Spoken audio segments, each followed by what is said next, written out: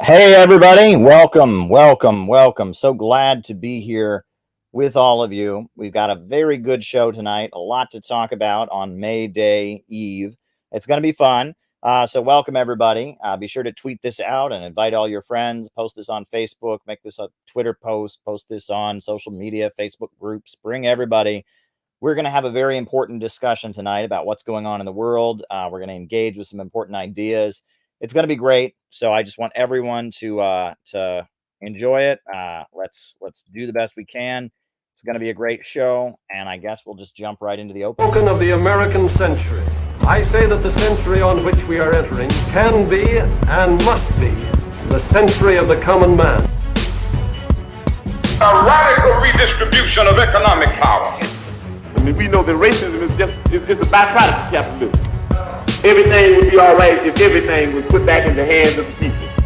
We need a government that will make sure Americans are taken care of and organize the economy to serve the people, not the profits of a wealthy few. We now have the techniques and the resources to get rid of poverty. We got to start getting out there with the people. Get out of the movement and get to the masses. We need a government of action.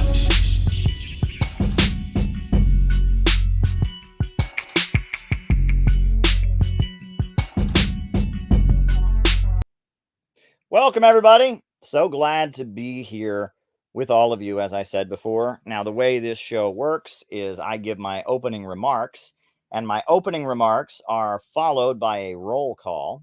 And the roll call, in which I call you out as I see you, names and locations, is then followed by me answering your super chat questions for the rest of the night. That's how it works. So if you have something you'd like me to talk about in the second half of the show, shoot me a super chat. I'll be writing them down throughout the show. And then in the second half of the show, I'll answer them. We already have one super chat that was before the show even started from Shia about May Day. Wrote it down. We'll definitely be talking about the history of May Day in the second half of the show. So welcome, everybody. So glad to be here with all of you. A lot of things that we can talk about, but there are two things that are on my mind tonight. The first of which is the war in Ukraine and the global consequences of that war and how serious they are. And the second is Nina what's her last name? Nina Jankowicz or Jankowicz, or I can't remember her name, the last name, the head of this new disinformation board from the Department of Homeland Security. Both of them are very, very serious matters. And they're connected in a way. And I want to get to the issue by giving you a little bit of a history lesson. And this is not ancient history. This is stuff I lived through. How would you respond to the newest pro-capitalist time? Poverty is the normal state of humans.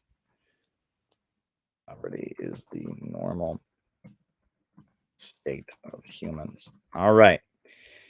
Folks,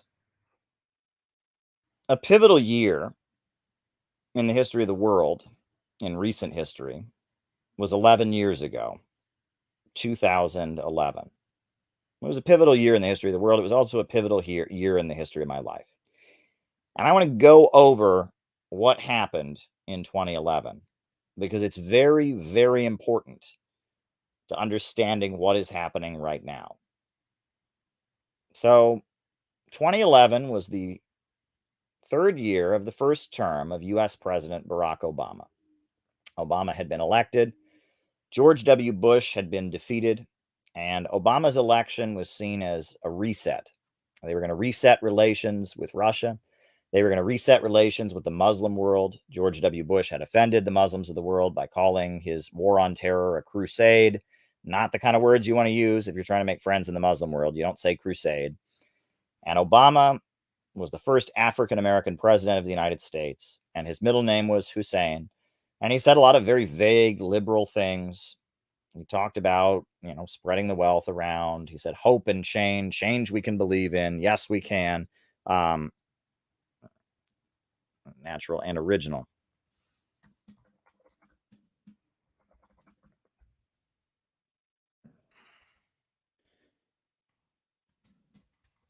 And IRA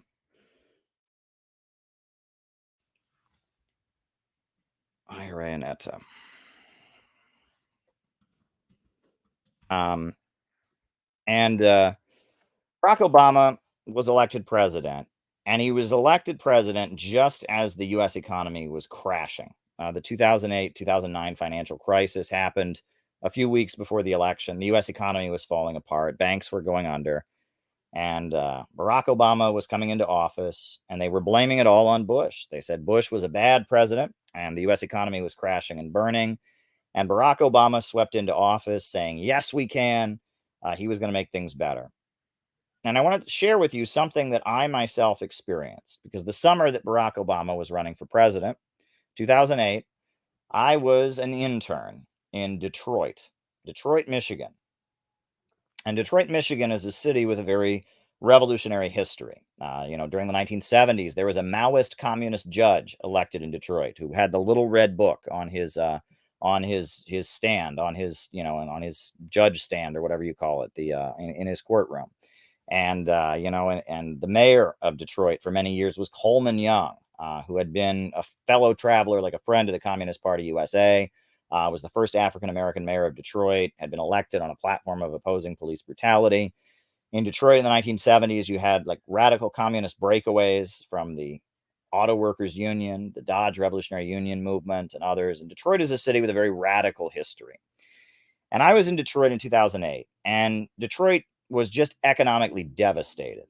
The subprime mortgage lending crisis that had hit the whole country at that point had started in Detroit. And there were whole blocks in Detroit where every single home had been foreclosed. Every single home was foreclosed. Every single home was falling apart. I mean, Detroit was financially devastated. The auto plants had closed down a long time ago. And Detroit was just in a state of ruin. The amount of poverty that I was seeing. And I was in Detroit, and I was working. I was an intern with a campaign to end home foreclosures in the state of Michigan. We had a law to pass a moratorium on home foreclosures, and we were campaigning to end home foreclosures in the state of Michigan. And I was working with folks in the Workers' World Party. I was working with folks in a group called McCowie, the Michigan Emergency Committee Against War and Injustice. And I remember, I think it was in August of 2008, we were having a meeting, the Wednesday meeting of McCowie, the Michigan Emergency Committee Against War and Injustice. It was just a normal meeting. It was in this building that was owned by the Workers' World Party, kind of a radical headquarters. There's 10 or 15 people there at the meeting. And then, out of nowhere, a man walks in. And that man was Congressman John Conyers. John Conyers, a member of the U.S. Congress, walked in. Now, apparently, it was pretty normal for John Conyers to come to community meetings like that in Detroit. It was pretty normal. John Conyers, he had a history. His parents had been, Communist Party members. They'd left with the John Gates faction after the Khrushchev revelations. He had hung out with the Black Panthers. And, John Conyers was considered to be kind of a radical. And he was doing this all through Detroit that summer. And he went to, welfare rights meetings, and he went to meetings about home foreclosures, and he went to meetings about police brutality, and any kind of progressive meeting, the member of Congress, John Conyers, made a point of showing up at. So we were a little bit surprised to see a member of Congress walk into this meeting of the Michigan Emergency Committee Against War and Injustice. But he was there, and he said he wanted to thank us for our protesting and our work to protest against the Iraq War. That was pretty cool. And then he started on a pitch urging us to campaign and vote for Barack Obama. And it was interesting because what John Conyers said in that meeting, at the moment, I thought it sounded a little bit weird. He was sitting there, he's speaking to an anti-war peace activist group of people, urging them to get out the vote for Barack Obama. And I heard what he said, and I didn't quite understand it, and I didn't quite know what to make of it. It was a little bit weird. This is what he said. He said that the economy of the United States is getting worse, but it's also the global economy that's getting worse.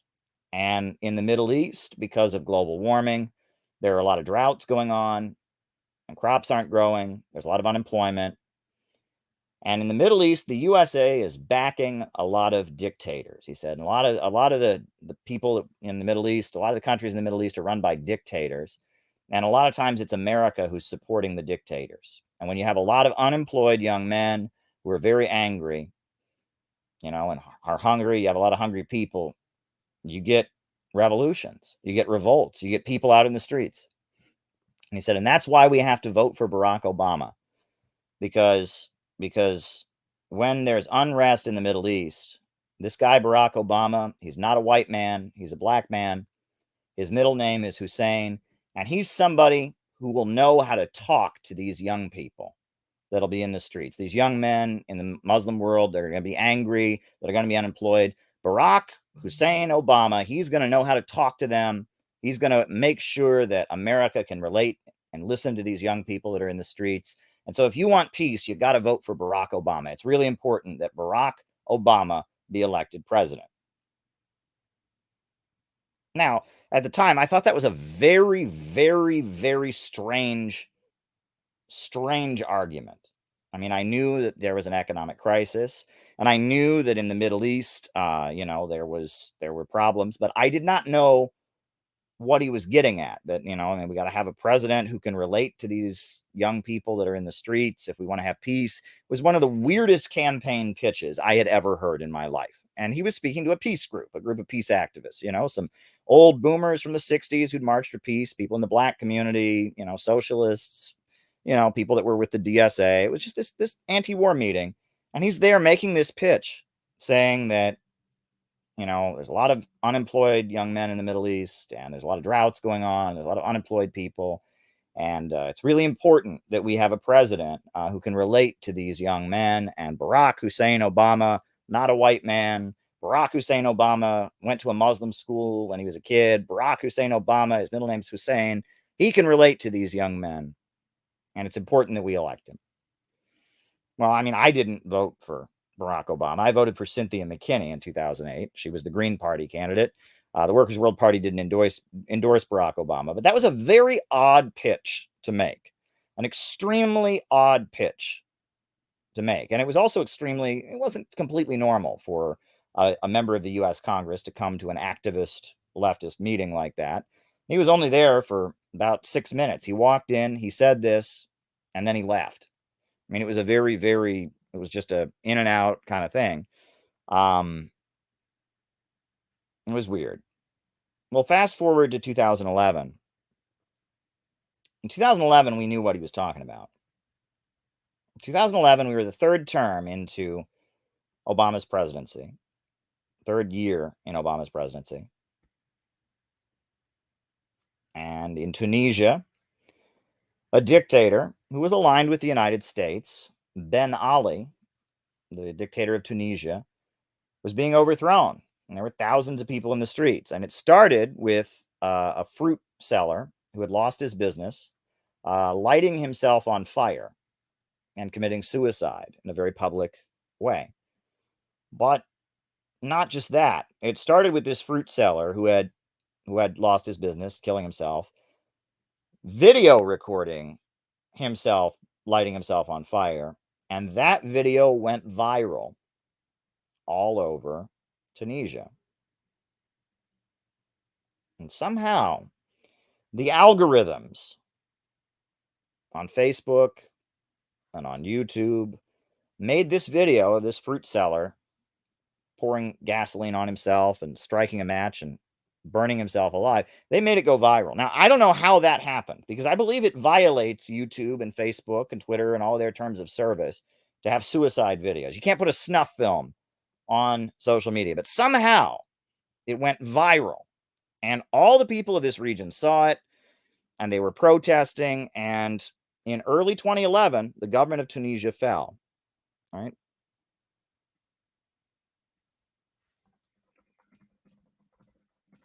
Global South of American Communists.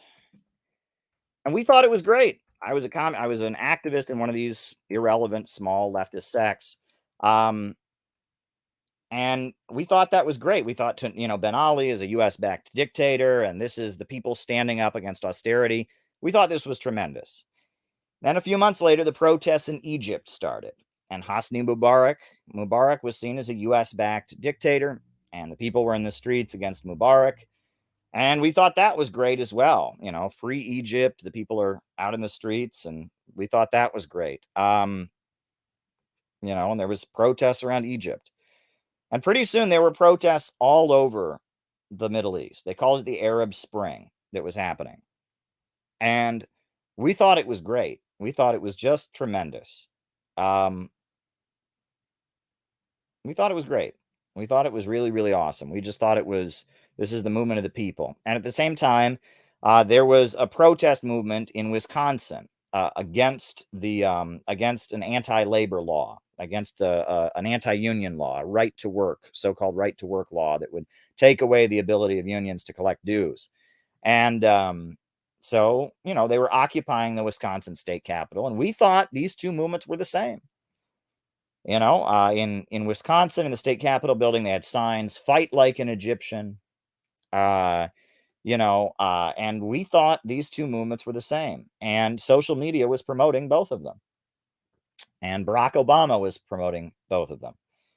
And we all thought this was great. The people of Egypt are fighting for their freedom. The people of Tunisia are fighting for their freedom. The people of Wisconsin are fighting for their right to form unions. This is great. We just thought it was great. And in New York City, we convened some anti-austerity protests. We had Bloombergville. I was part of Bloombergville. It was against Mayor Bloomberg's budgets, where we occupied a street corner. This was in the hot months of the summer, June, July. We occupied a street corner to have like kind of an anti-austerity thing. It was New Yorkers against budget cuts. And it was a coalition. It was, socialists, anarchists, communists. And it wasn't huge, but the last day of it, the teachers' unions brought all their students, and it was like thousands of people the day we finally ended it. There were a number of people who got arrested. There was chaos in the streets that day. It was a lot of scuffling, and crazy stuff happened that day. And a number of people got arrested in a bank lobby, and that's how it ended, Bloombergville. And a couple months after that, Occupy Wall Street started. And I was part of Occupy Wall Street. I went to some of the planning meetings, and ultimately I went there on September 17th. But before Occupy Wall Street got going,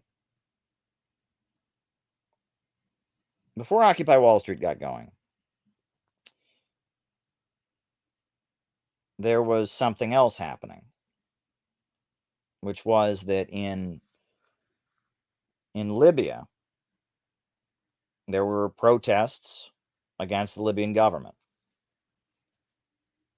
And some of those protests were peaceful, and some of them were violent, but there were protests against the Libyan government that identified with what was happening, that considered themselves to be part of the Arab Spring. And there were protests in Syria also that were part of the Arab Spring. And in Libya, all of a sudden the protests against the Arab Spring turned into violent attempts to overthrow the Libyan government. And all kinds of weapons and guns started piling into Libya. And sections of the Libyan military turned against the Libyan government, Gaddafi, against the socialist government. And Libya started having a civil war. And then the United States started lobbing cruise missiles at Libya, supposedly to rescue the people. And in Syria, again, what started out with a peaceful protest movement that involved a lot of trade unions, but as well as a lot of conservative Muslims and others, pretty soon turned into a civil war. And you had a lot of people who were initially part of the protest movement supporting the government in a civil war. And all of a sudden, you had all these radical, extremist, Islamist, terrorist groups, Wahhabis, piling into Syria. Al-Qaeda, al-Nusra, terrorist groups piling into Syria to fight against the Syrian government. And Syria was having a civil war. And if you look back at 2011, what we thought was progressive, what we thought was the people standing up, we were fighting for union rights in Wisconsin, and the people of the Middle East were fighting for their freedom. Those events, the 2011 events, have been a nightmare for humanity. Let's start with Egypt, right? The Egyptian government fell. Hosni Mubarak, he wasn't a good guy. He wasn't a good leader. He was pretty corrupt, pretty aligned with the USA. But they toppled him. In the first election they had, they replaced him with a guy from the Muslim Brotherhood. And that guy from the Muslim Brotherhood announced that he was going to possibly send Egyptian troops to Syria to fight against Assad. And that he was dedicated to the free market, and he was awful. And then Hosni, and then Mohammed Morsi, this awful guy who was, fanatically in favor of free market capitalism, very opposed to Gaddafi in Libya, very opposed to the Syrian Arab Republic. He was toppled by the military, and the Egyptian military was back in power. And then there was a lot of bloodshed in the streets between Muslim Brotherhood supporters and the military. And if you look at the situation in Egypt, things in Egypt since 2011, since that glorious moment that we heard about the Arab Spring, things have arguably gotten worse. Not much has improved. Human rights hasn't really improved in Egypt since then. There's a river of blood between the fanatically religious folks that were supporting that awful President Morsi and the Egyptian military that is armed and backed by Saudi Arabia and the United States. And it was awful. And you can look at Syria. Syria has had a long civil war in which at least 500,000 people have died. Millions have become refugees. You look at Libya. The USA, with their NATO bombs, toppled the Libyan government. Libya once had the most prosperous society on the African continent, the highest life expectancy. They were overthrown, and now conditions in Libya are so bad. You have open slave markets. It was a nightmare.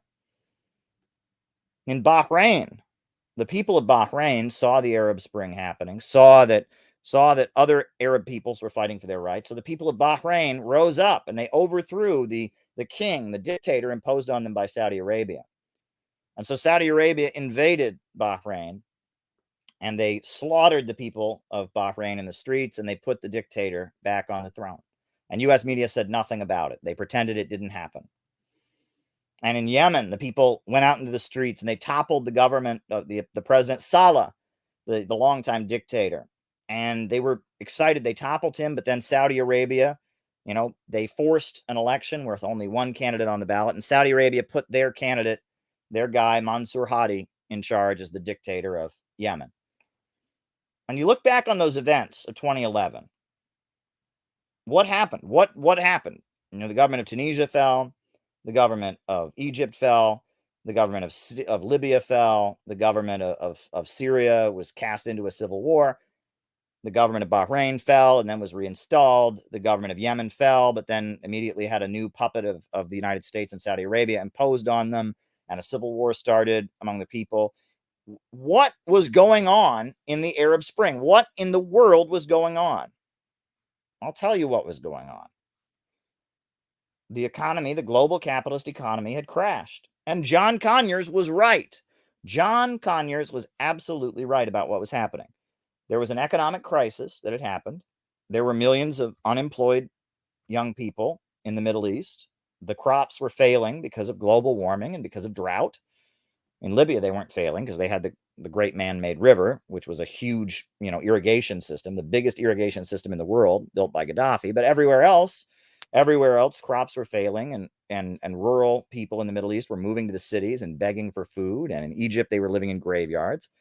And in response to that, in response to a huge amount of desperately poor people piling into the cities, and in response to the fact that George W. Bush had made the Muslim world very angry, calling it a crusade and, aligning himself with fanatically pro-Israel forces, the United States and the intelligence agencies. All right. Okay. Something called Putin a neoliberal. Wrote it down. In response to that, the United States said there's going to be an explosion pretty soon. When people are hungry, when people are desperately poor, when conditions just get worse and worse, there's going to be a social explosion. And they said, so let's use this social explosion to our benefit. Let's use Facebook and Twitter and social media, and let's use the Muslim Brotherhood, which is a long-time U.S. intelligence asset. The CIA used the Muslim Brotherhood in Egypt to work against Arab socialism back in the 50s. The USA used the Muslim Brotherhood in Syria and Iraq to fight against Ba'athist Arab socialism. Let's use our allies in the Muslim Brotherhood and in Turkey and in Qatar, and let's use social media, and let's manipulate the events that happen and the explosion of popular power that's going to happen. Let's manipulate that to get what we want. And that's what they did. They saw that, kindling was building up. The world was turning into a tinderbox. And they said, so rather than sit back and wait for the explosion to come, let's have a controlled demolition. And that's what they did. They saw that, a lot of flammable material was piling up. The world was turning into a tinderbox, as they call it. It was almost like somebody spilled some gasoline everywhere. And so they said, all right, rather than waiting for a spark, let's strike a match. And that's what happened. And it was the Hillary Clinton State Department that said, let's make the world go boom. And they did. They made the world go boom. And it was a big explosion that happened. And out of that explosion, we got the ISIS terrorist groups. Out of that explosion, we got the Manchester bomber. He was one of the terrorists the USA armed and supported in Libya to fight against the socialist government. And then he went back to London. He blew up a concert in Manchester. Out of that insanity, we got thousands and thousands of refugees pouring into Europe. We got people drowning in the Mediterranean trying to get out of Libya. We got 500,000 people, 500,000 people dead in Syria. We got insanity. I mean, we just got a huge, huge episode of mass death and instability because the imperialists saw that some kind of social explosion was coming, and they were able to manipulate it for their own ends in order to carry out their agenda of neoliberalism, right? They were able to sweep away a socialist government in Libya. They were able to, to destabilize and force civil war on a socialist country in Syria. They were able to remove an old-time military strongman, Mubarak, and replace him with a military that was much easier to work with. They were able to do a lot of things. And the results of the Arab Spring were absolutely catastrophic because it was a strategy of let's use the momentum of the world.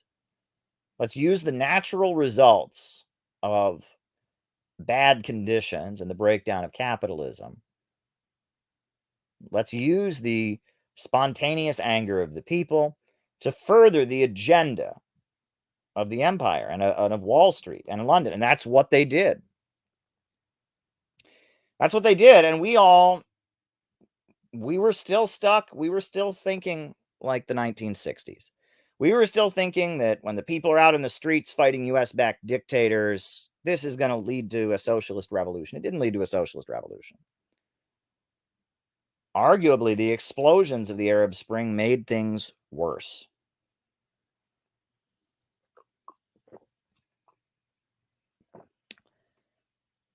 It made things much worse in the Middle East, and it made things worse around the world.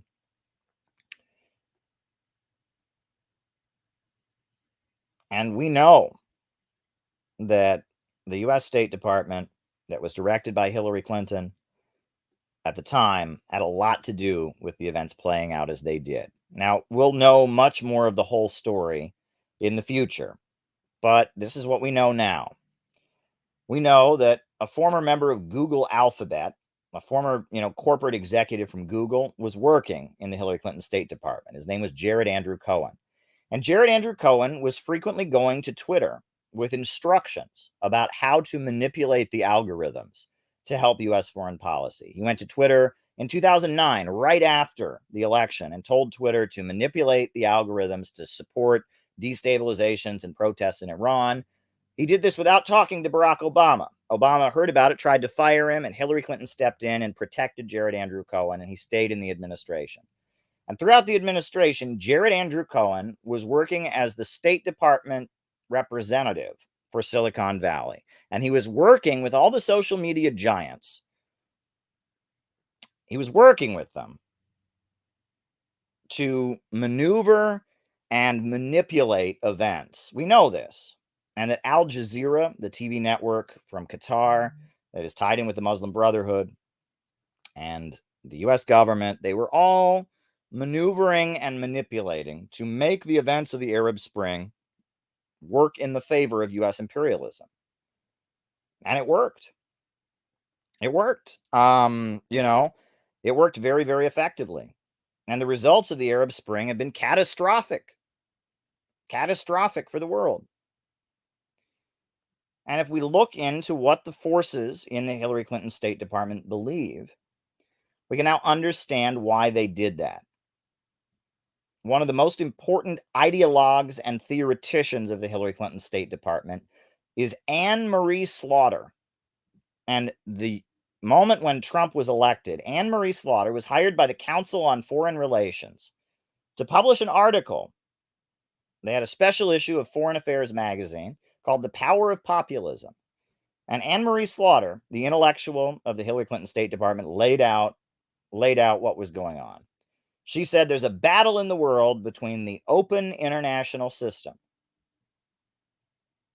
and populism. And she said that Putin is a populist. And she said Xi Jinping in China is a populist. And she said Hugo Chavez and Evo Morales are populists. She said that Maduro is a populist and Fidel Castro is a populist. And populism is dangerous because it takes away the rights of people and it breaks down free, open communication, open free trade, and open economics. And so with social media, the United States was going to go around the world, and she admits this. Go read her article. She admits this.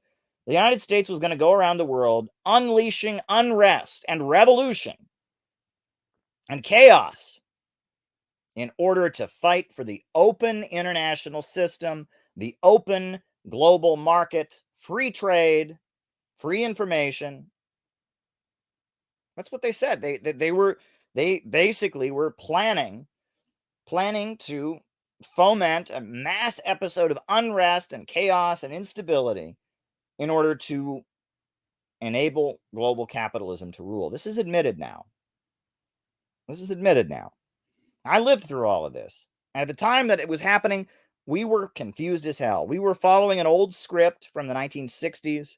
We were thinking about the Viet Cong and Ho Chi Minh, the NLF is going to win. And we were thinking about Pinochet and US-backed dictators imposing austerity. We didn't know what the fuck was going on. We had no clue what was really going on. And it's taken me years to process what I heard from John Conyers and what I heard from the Hillary Clinton State Department and what's been published afterwards and what's happened in Syria and what's happened in Libya. And I'm telling you, there is a faction within the American deep state. They are well embedded in Silicon Valley, and they are well embedded in the Democratic Party. And they openly are calling for a global explosion to drive down living standards, reduce consumption, bring us back into balance with Mother Nature. They're openly calling for a global explosion to remove anti-imperialist governments, to remove leaders like the Bolivarians in Latin America, like the socialists and Baathists of the Middle East, like China, like Russia. That's what they want. Right. All right. Okay.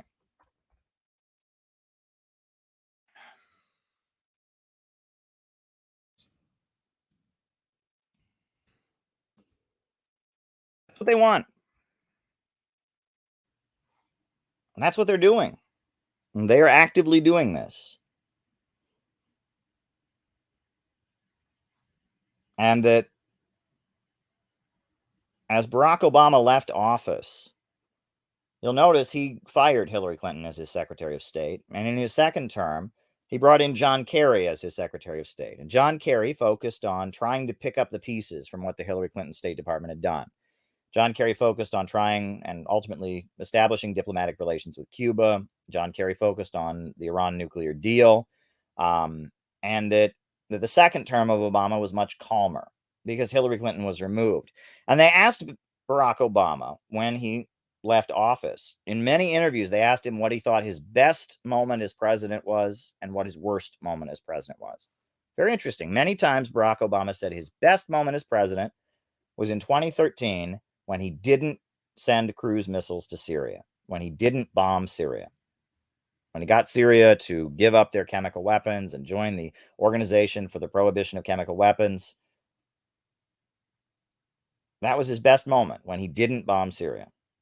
And when asked what his worst moment as president was, Barack Obama says his worst moment as president was when he went into Libya without a clear plan. That's what he said. Went into Libya without a clear plan. So the best moment of his presidency was when he didn't listen to Hillary Clinton. And the worst moment of his presidency is when he did listen to Hillary Clinton. And we now know, based on what has been published by Ben Rhodes, another figure from the Obama administration and others, we know how they got Obama to go into Libya. That Obama didn't want to intervene in Libya. He didn't want to. And Ben Rhodes brags in his memoir of the Obama White House that the way that they got Obama to go into Libya, yeah, absolutely. The way that they got Obama to go into Libya was by pushing his emotional buttons. They found a report where Gaddafi said, when we retake the city of Benghazi, we're going to go house to house. Now, what Gaddafi was saying is we're going to find these terrorists, these people that are lynching dark-skinned Africans and cutting people's heads off. We're going to go house to house. We're going to find these terrorists and arrest them. But Ben Rhodes and Samantha Power and Cass Sunstein, all of whom were working in the White House, decided to tell Barack Obama that Gaddafi was going to murder every single person in Benghazi. He was going to send his soldiers house to house and kill everyone. That's not true. But they made a decision to lie or to twist the words of Gaddafi. And they worked on Barack Obama for 3 days. They worked on him. And they told him, Gaddafi is going to go into Benghazi and he's going to kill everybody. And you're going to be remembered as the president who didn't stop it. It's going to be on your hands. Everyone's going to remember that you sat back and let Gaddafi murder all these innocent people. And they showed him pictures and they worked on him. And after 3 days of working on the president of the United States, 3 days of pushing his emotional buttons, they got Obama to send the cruise missiles to Libya. This is in Ben Rhodes' memoir.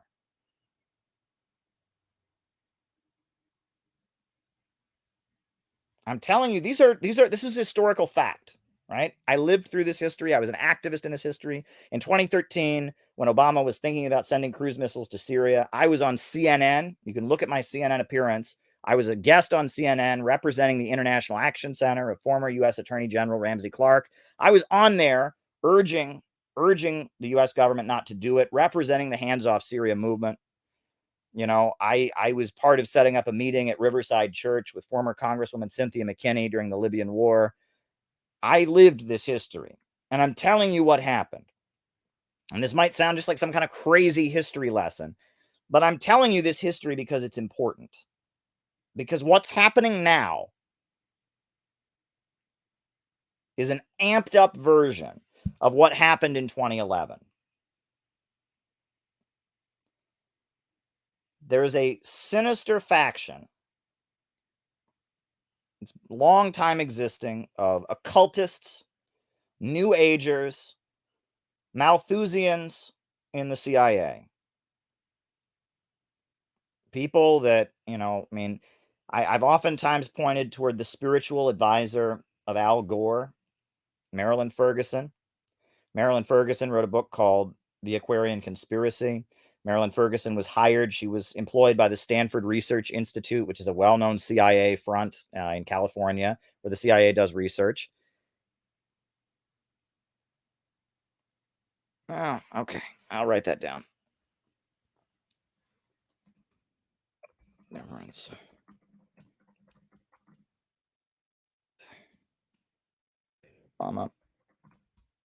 And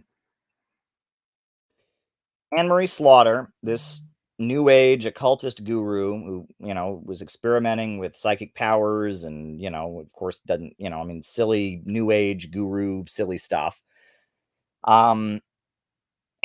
Marilyn Ferguson was employed by the Stanford Research Institute. She was giving spiritual advice to Al Gore and was functioning as his personal advisor and counselor. She was also, visiting the Clinton White House. There were a number of members of Congress who got spiritual guidance from Marilyn Ferguson. If you go and read her manifesto that she wrote in 1980, The Aquarian Conspiracy, what they believe is that there needs to be a global explosion and a global great purge, basically. And that belief that, that what the planet needs is a great purge. What the planet needs is a great purge, reduce the population, to throw the world back into balance, to preserve the open international system and freedom and the open society. This stuff is very sinister. And in 2011, this faction made the world go boom and did dramatic damage. And if you look at what's happening now, it appears that in the aftermath of the pandemic, they're now making the world go boom. The war in Ukraine is horrendous, and we've talked on here about why it happened. The war in Ukraine has happened because Russia has watched for 8 years as the people of the eastern regions have been bombed and shelled and been subject to a food blockade. 14,000 people in Donetsk and Lugansk have died. 2.5 million refugees have fled. The USA toppled the government of Ukraine in 2014. It toppled the government of Ukraine in 2014, put in a fanatically anti-Russian government, and then began waging a war against the peoples of the eastern regions. Those people declared independence. And when those people declared independence, Russia didn't recognize them. And instead, Russia helped facilitate the Minsk Accords and the Minsk Agreement so that these countries would be absorbed back into Ukraine. But the Ukrainian government never fulfilled its bargain, never fulfilled the Minsk Agreement. And instead, it just kept killing these people. So for 8 years, there has been relentless bombing and shelling, a food blockade, and just a war on the people of the eastern regions of Ukraine. And they've been bombed and shelled and attacked. Meanwhile, the government, the fanatically anti-Russian government in Kiev that was installed by the United States, has been stockpiling huge amounts of U.S. weapons. It's been talking about joining NATO. It's been talking about getting nuclear weapons. And now we also know that there were biological weapons research labs that existed, right? And Victoria Nuland has admitted on the floor of Congress. They said to her, does Ukraine have biological weapons? And Victoria Nuland herself, the Undersecretary of State, said, well, they have research facilities, so, and that these, yes, there are these biolabs funded by the Pentagon all over Ukraine, where it appears they were doing research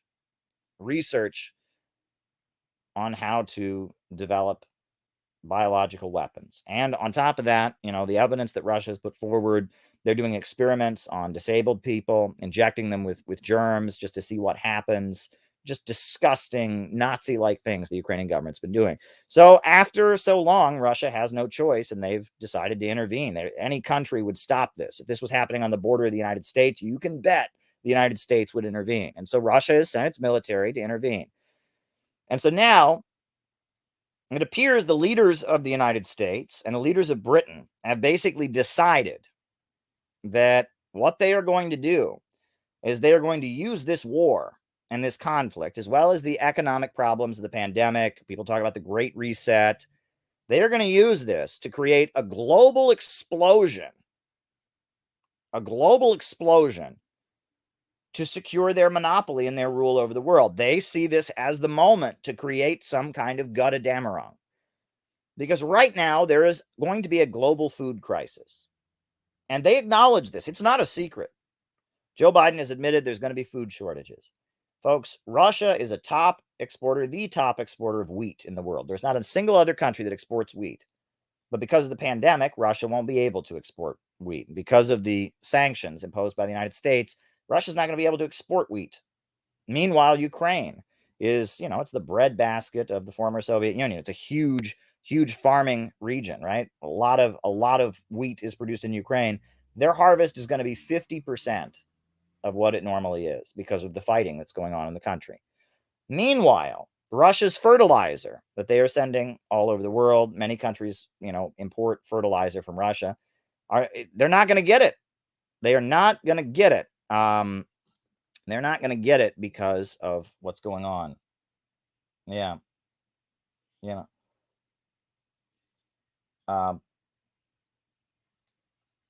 They're not going to get it because of the sanctions. Russian fertilizer is not going to go to countries across the world. Meanwhile, 6 U.S. farming states throughout the United States, 6 states are projected to have droughts and wildfires in this coming summer. Global warming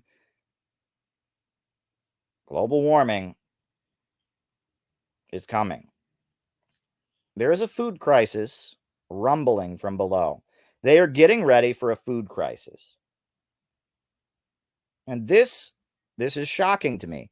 Why are they sitting back and just waiting for people to be hungry? Why are they sitting back and just waiting for people to be without food? Why are they doing this? Why are they not convening an emergency meeting to make sure that people get the food that they need? Because it's part of the plan. Because they know with the breakdown of capitalism, with the computer revolution, with the economic problems of overproduction and the tendency of the falling rate of profit, there's an economic crisis. And they know people are going to be hungry. And so they're doing what they did during the Arab Spring. And they're having a false start. They're going to make it go boom. It's going to be a controlled demolition. And it's unbelievable. People are going to die. People are going to be hungry. There's going to be riots in the streets. And they know that. I mean, they know people are dying in Ukraine. They know Russia doesn't want to be in Ukraine. It just wants to protect the people in the eastern regions. But you see them. They are pouring more and more money into Ukraine, more and more weapons, $33 billion of weapons. And they are trying to keep the war in Ukraine going as long as they can. And they know it's going to create a global famine, and they don't care. They want it to. This is what's happening right now. And we need to stand against this. And Russia and China are trying to stop it. The Bolivarian countries of Latin America are trying to stop it. The Iranians are trying to stop it. Everyone around the world that is independent is trying to stop it. And the imperialists are basically trying to keep it going. And part of the way that they're able to keep it going is through controlling people, is through controlling the narratives. They want CNN focused on hating Putin. They want MSNBC and Twitter and Facebook all focused on hating Putin. Very good. David Fox, great. Happy May Day. And they're afraid of alternative voices coming in there and exposing them, right? They're trying to stabilize capitalism with a massive demolition of living standards around the world and with a big explosion, just like they did in 2011. They're using the same playbook. They're trying to manipulate events to have a global explosion that will benefit them. And it's utterly terrifying. But that brings me to the second point. The second point that I wanted to make. Now, you've all seen this video. I'm going to turn the sound off because you've all seen this video at one point of our new disinformation Twitter censorship czar, Nina Jakauka, whatever her name is, right? Nina, our new our new minister of truth, whose job it is. She's been appointed by the Biden administration and by the Department of Homeland Security to tell us what to think, to tell us what to believe. And she made this stupid video, this utterly stupid video where she's singing a Mary Poppins song, but she's rewritten the lyrics to be about why we need to censor Facebook and Twitter because, there's bad people that say bad things that are against the ruling class. But I want to play the video now without any sound. And I want you to look at her eyes. Watch her eyes. Just look at the eyes. Keep your eyes on her eyes.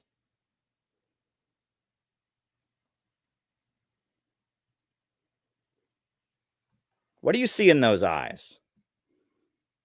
What do you see there? What do you see in those eyes?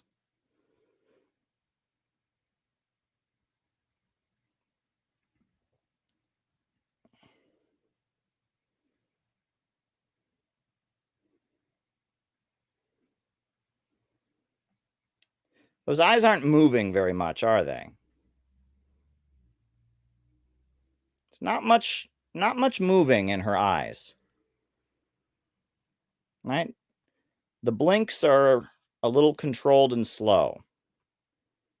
She's got kind of a glow. You notice that? She's got this glow in her eyes. Her eyes are a little bit too wide, aren't they? Aren't they a little bit too wide open? Yeah, not much blinking. Sick. Yeah, very interesting, isn't it? But here, I'm going to show you another clip. Now, this one, you may not have seen it. It's a little bit old. It's a little old, but so I'm going to play the audio, but then we'll play it again without the audio. And we were all doing a tour of the library here and talking about the significance of the passage of time, right? The significance of the passage of time. So when you think about it, there is great significance to the passage of time in terms of what we need to do to lay these wires, what we need to do to create these jobs. And there is such great significance to the passage of time when we think about a day in the life of our children. All right. Now that's Kamala Harris. That's the cuckoo clip of Kamala Harris when she was talking before, and she keeps saying the past significance of the passage of time, significance of the passage of time. She's saying that. But let's look at this clip again. I'm going to turn the audio off. The sound is off. And just look at the eyes. Look at the eyes.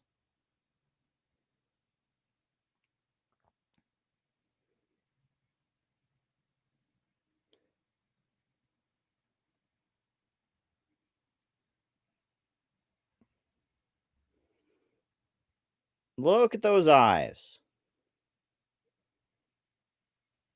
Look at those eyes. You notice anything there? Notice anything? Now, what's interesting in this clip, so at the beginning, she's talking normally. She's speaking completely normally. Her and I, and we were all doing a tour of the okay here. She seems library normal. Here, and talking about the. And now she's saying her favorite phrase, the significance of the passage of time. And something clicks in her head. Look at this. Significance of the passage of time, right? The significance of the passage of time. And now she's saying her favorite phrase, and suddenly she stops blinking. You notice that? And suddenly the eyes are very wide, and the significance of the passage of time, the significance of the passage of time, the significance of the passage of time, right? A little eerie, folks, isn't it? Is that a little bit eerie? I think it is, folks. I think it is. I think it's a bit eerie. Folks, there's a lot of efforts to control people. Like I told you about how they wanted to control the mind of Barack Obama, how they worked on him for 3 days and pushed his buttons to get him to intervene in Libya. And there is a huge amount of psychological programming going on right now. They are working very, very hard. And they have people in power, not because they're smart, not because they're sane and rational, but because they think they can control their behavior. You know, people talk about, you know, the Mormon face. You can actually Google this. They've actually done studies on this. Google the Mormon face, right? If you've ever had the Mormons knock on your door, the people from the book of, trying to sell you the Book of Mormon, Mormon missionaries who come to your house, notice that not a lot of blinking going on. The face is, hello. You know, there's this blank stare that they talk about, this blank stare where the eyes are very wide and there's not much blinking going on. That means that somebody is being controlled. Now, it's one of those things that we can't exactly put our finger on. Now, we do know that they have done studies on the Mormon face. They call it the Mormon face, and that, you know, there are people who are able to tell, you line up a bunch of people, who's a Mormon and who's not by their facial expressions. That, and people talk about the Mormon face, how they have this like smile on their face, but this blank look in their eyes. This is real, right? So people have, I mean, there's been studies on this. It's not just something people think of. But at the end of the day, that face that doesn't blink, that face that is just kind of staring, right? What this is indicating is a lack of cognitive activity. These people aren't thinking very clearly. These people, you know, they have kind of been subjected to an emotional overdrive. And when you talk about brainwashing, when you talk about hypnosis, and you talk about trance states, all of this is a huge exaggeration. You know, in Hollywood movies, it's like, you know, they make it, you know, like the Cabinet of Dr. Caligari or the Manchurian Candidate. That's all silly Hollywood nonsense. But what is real is a concept that psychologists call dissociation. That there's almost a sliding scale. There are times when you're absolutely all there, and then there are times when you're daydreaming, and then there are the times where you're almost asleep, but you're still awake. And that, you know, all throughout our lives, there's kind of a sliding scale of how much are you processing the information around you, and how much are you withdrawn into your own world, right? And this is everybody, right? Sometimes you're daydreaming, sometimes you're really deep in thought, other times you are intensely in the moment, paying attention to everything. And that essentially you go through life somewhere on that scale. And if you're, you know, if you're more of a creative person, or if you're a person who's been through a lot of trauma or whatever, you might dissociate more. And if you're somebody who has very, very acute senses, right? You know, some people have more taste buds than others. Some people have a more acute sense of hearing. You might not as much, but it's a scale. It's a sliding scale, disassociation. And what you can see in Kamala Harris there, and what you can see in Miss Nina there, is they aren't all there. Nina is not all in the room. That's very clear. When someone's eyes are that big and they're not blinking as much, it's a sign that they are not processing information in the same way. It's a sign that there's something going on that has pulled them out of the world. They are dissociating to some degree or other. And that blank stare that they talk about from the Mormons, that they talk about from, you know, from people that seem to almost be in a trance. And they, you know, and from what I've heard when I was in the Middle East, people said that ISIS people are like that. ISIS people are completely in a trance. You know, the ISIS fighters in Syria, the terrorists, they're completely in a trance. They're not there in the moment, right? They're not there in the moment, you know, and you listen to the videos of those extremist groups, right? They're muttering their religious phrases, and they're in a trance, right? They're completely dissociated, right? I have a feeling the Azov battalion in Ukraine, I have not heard this, but I have a feeling with the Azov battalion in Ukraine that they're in a dissociated state. And that's very, very scary. It's very, very scary. There's a huge amount of attempted mind control going on in our world. And if you look at our, you know, our brainwashing czar, our, you know, disinformation czar, and what she's all about, I mean, these people are on a crusade. They want to set up a filter in your mind that when you hear a fact, you think, oh, if this is something that a Russian might say, I can't believe it. Oh, if this is something that makes me question the American government and the military, I can't believe it. Oh, if this is something that leads me to believe that maybe China or Russia are good and American imperialism is bad, I can't believe it. This is very scary. This is very disturbing, folks. Now, there's probably people watching this think this sounds like cuckoo conspiracy stuff. I'm not saying anything that isn't controversial here. I'm saying that there has been a huge amount of research into dissociation. I'm saying that there has been, there's been a lot of studying of the Mormon face. You can Google this, the Mormon face, etc. I'm telling you, the government has just set up a bureau, a wing of the Department of Homeland Security, whose job it is to make sure that we don't, that we don't question authority and we don't buy into quote unquote disinformation, which means things that are even true, things that might be true, they just might, not fit the CIA narrative. I'm telling you, folks, something's going on here.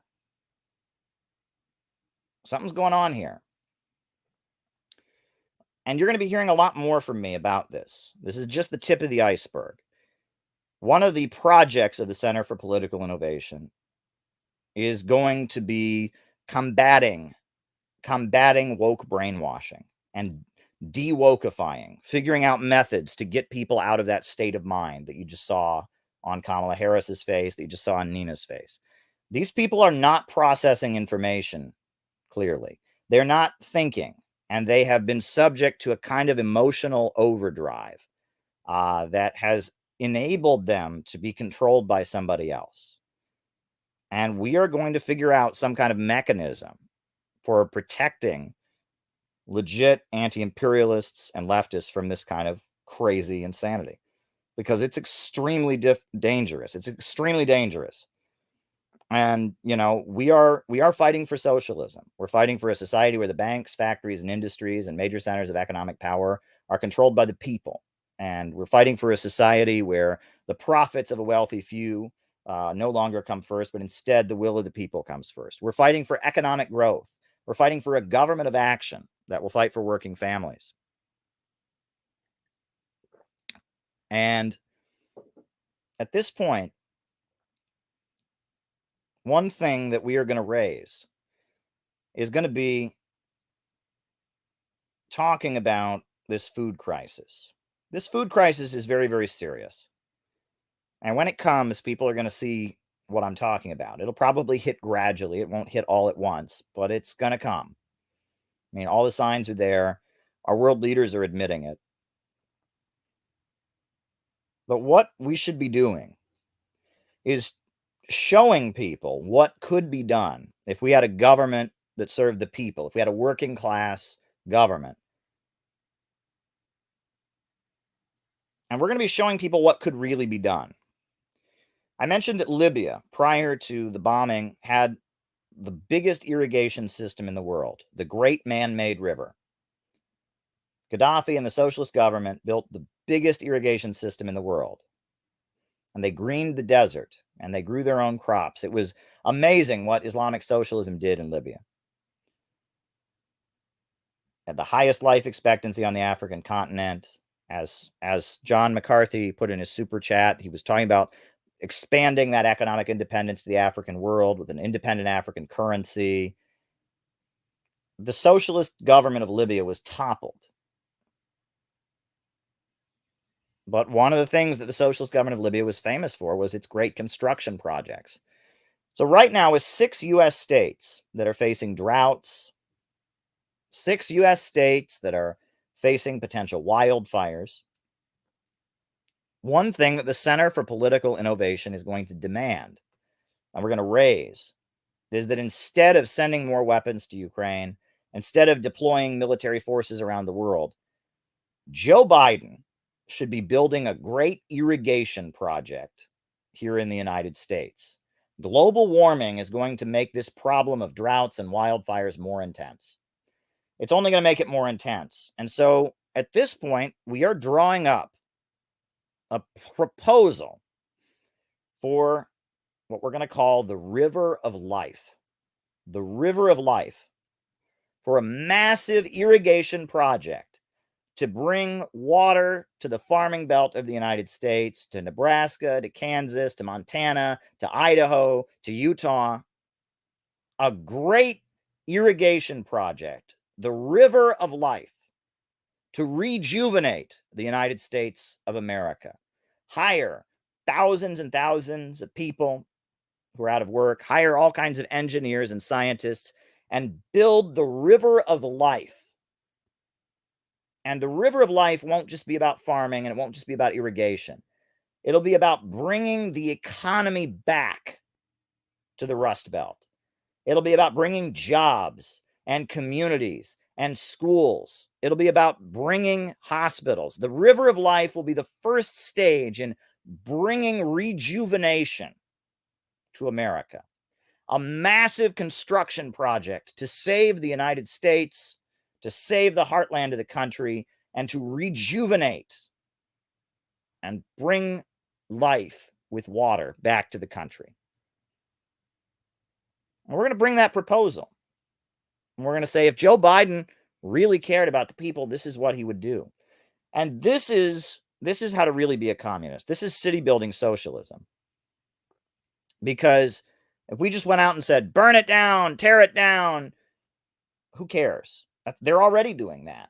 They don't need communists to do that. They don't need socialism to do that. They're already doing that. Who cares?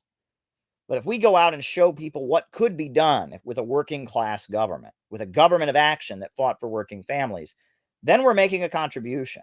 We're showing people that we're the true patriots, that we love America, and that it's the billionaires and the bankers who don't love America. We're doing that. We're giving people optimism. We're giving people hope. And we're doing the opposite of what these woke brainwashers are trying to do. Kamala Harris and Nina, they're not thinking. They have been subject to an emotional manipulation that is preventing them from thinking. I got one more clip around that. One more clip around that to show you. This is from an actual Scientology training video about how it is they manipulate people's trauma in order to control them. This is Scientology auditing. Thank you, Don. As it is happening, not simply remembering it. I just feel tired, like I need to go lie down, and so I excuse myself from the meeting. That's it.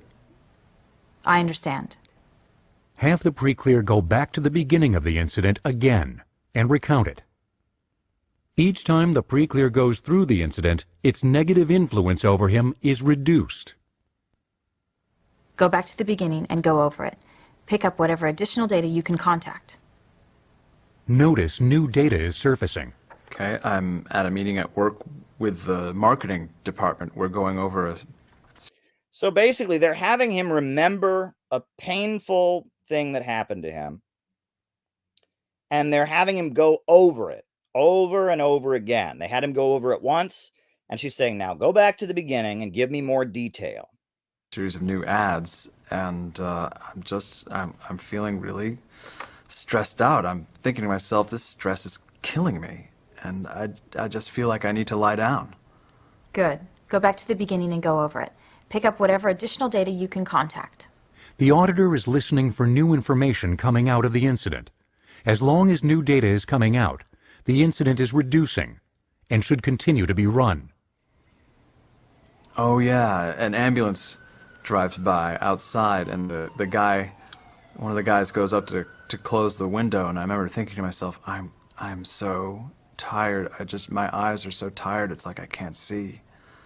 The auditor must ask additional questions as needed to help the pre-clear recover more of the incident.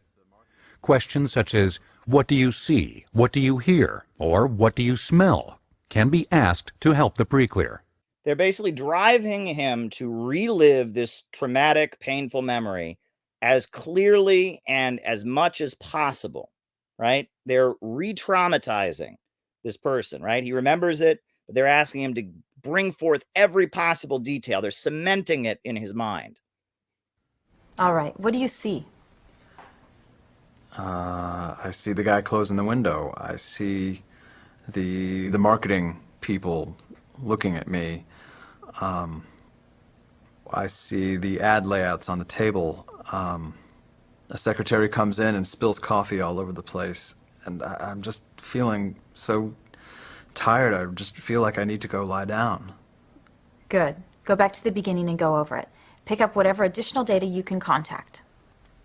Well, I'm at a meeting at work, and Just starting it over and over again. They're just trying Repeat to this cement step it in his again mind. and again, each time telling the pre-clear to go back to the beginning of the incident and go through it to the end.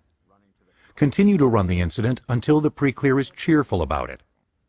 When the pre-clear is cheerful about running, When he's cheerful about it, which what that means is he's starting to have endorphins in his brain. If you start crying for a long period of time, eventually you're going to feel better. You're going to start laughing because endorphins will be produced. So basically, have him relive the painful memory over and over and over again, get him so emotionally worked up that suddenly his mind starts producing endorphins. That's what they're doing here. that incident, go on to step 6B. Have the pre-clear locate another incident that he can comfortably face. Let's find another incident that you feel you can comfortably face. yeah. The time I broke up with my girlfriend. To this day, I do not understand why I did that. Okay, go to the beginning of that incident.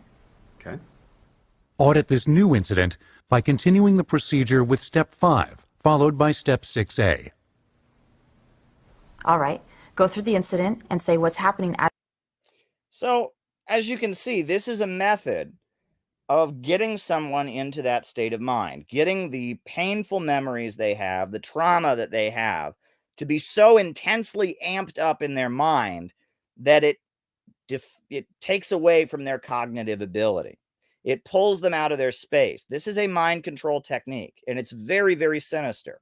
This is what, what a lot of these people do. A lot of these charlatans, this is what they do, right? They're messing with people's trauma. They are playing off people's pain, and they are getting them into highly emotional states where they can't process or think things out, but instead they're just kind of emotional, and they're pushing their buttons and getting them to do things. And I talked about this previously when I was asked about Stefan Molyneux and how he operates, right? He plays on these young men's trauma, he plays on their resentments, and then he tells them who to hate, right? And this is what a lot of the wokeism does too. It plays on people's trauma, it plays on their resentment, and then it gives them someone to hate. It's not effective politics. It's not about building real solutions or coming up with real answers. You're not learning about economics. You're not learning about history. You're not developing a policy solution. You're not thinking about the consequences of your actions. You're having your pain, your painful memories, your anger, your resentment amped up and amped up and amped up. And then you are learning to trust the person who is amping it up in you. And then that person is sicking you on somebody else. Then they send you out to hate somebody, right? That's all it is. And they're actively trying to prevent you from thinking. The more that they can amp up your emotions, the more they can amp up your painful memories, the more they can amp up your pain, the less you're thinking, the less rationally you're thinking.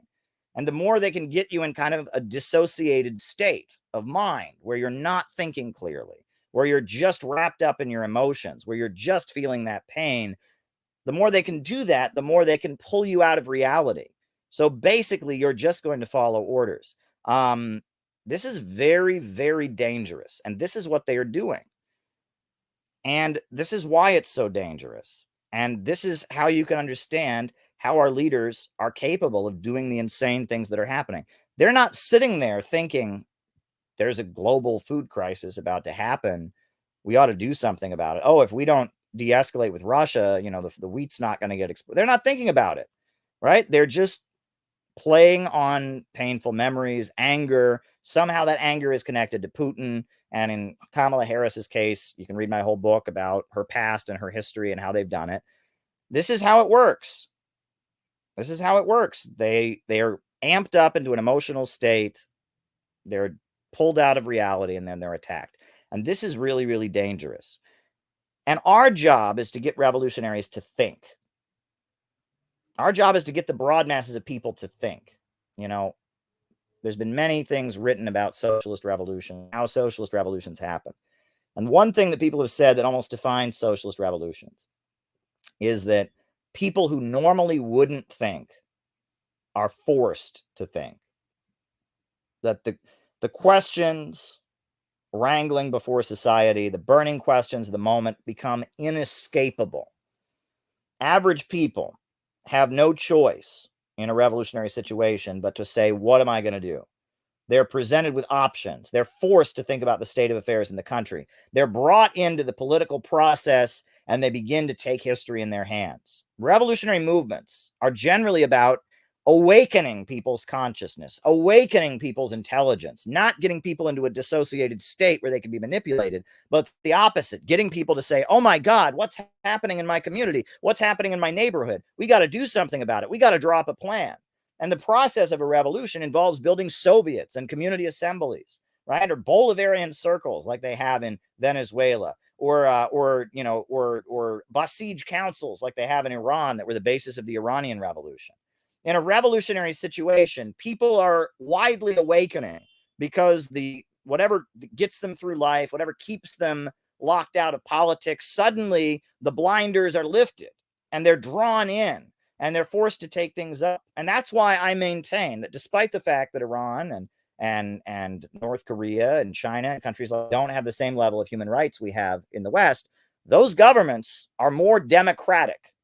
And they're more democratic because more people are involved in the process of governance. The Chinese Communist Party wouldn't be in power for a minute if it wasn't for 90 million Communist Party members and community associations and who have their back. Iran wouldn't be in power. The Islamic Republic of Iran wouldn't be in power for a minute without the Basij councils and the Revolutionary Guards and this mass mobilization of people that are being awakened and thinking and involved in their community, trying to carry out the goals of the revolution. And the same for Venezuela. Venezuela, they would have been overthrown a long time ago if it weren't for the people in every neighborhood and every community who have been awakened and brought into the political process and activated. In Nicaragua, I saw the Citizens' Power Councils and what they did. The role of a revolutionary is to stimulate thought. It is to get people who normally do not think, to force people to awaken, to force people to start using their minds and rationally asking questions about society. That is our job. And that's why we put forward policy solutions like the River of Life, like the, Fusion City, like the Sandino Zapata economic corridor. These are things that will make people think. If you go up to people and scream, we need a revolution, overthrow capitalism, tear it down, burn it down, they're not going to think. They're going to think you're a nut, you're a far left nut. But if you go to people with a real policy solution and say, why can't we do this? At that point, they're going to go, yeah, why can't Joe Biden build the River of Life? Yeah, why don't we have Fusion City? That is our job. As a revolutionary, the way we psychologically engage with people is we are constantly trying to figure out how we can maneuver around the haze, how we can maneuver around the blinders and the haze and the trances that people have been put into by mainstream media, by everything, and how we can get them to have an awakening, a psychological awakening, how we can get them to wake up. One of the most beautiful conversations I had was when I was in Venezuela.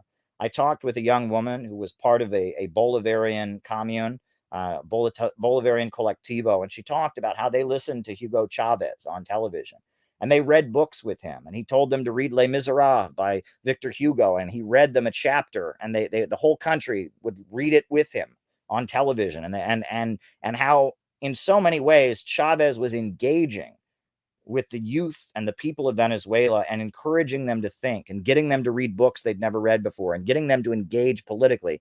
Hugo Chavez was awakening his population. And that is what revolutionaries need to be doing. We need to be awakening people.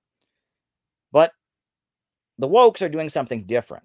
They're not trying to have a mass psychological awakening to bring the people awake and bring them into politics, get them to take up history's challenge, get them to say, how can we solve the problems of our country? What can we do in our communities and our neighborhoods? They're not trying to do that.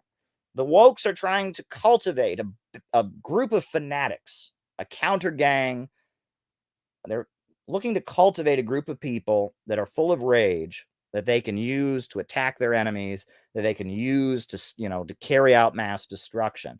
So they're doing something very, very different. The kind of psychological work that they're engaging in is completely opposite of the psychological work that we're doing. We're trying to awaken people. They're trying to get people into emotionalized, over-emotional trance states full of rage so they can be manipulated.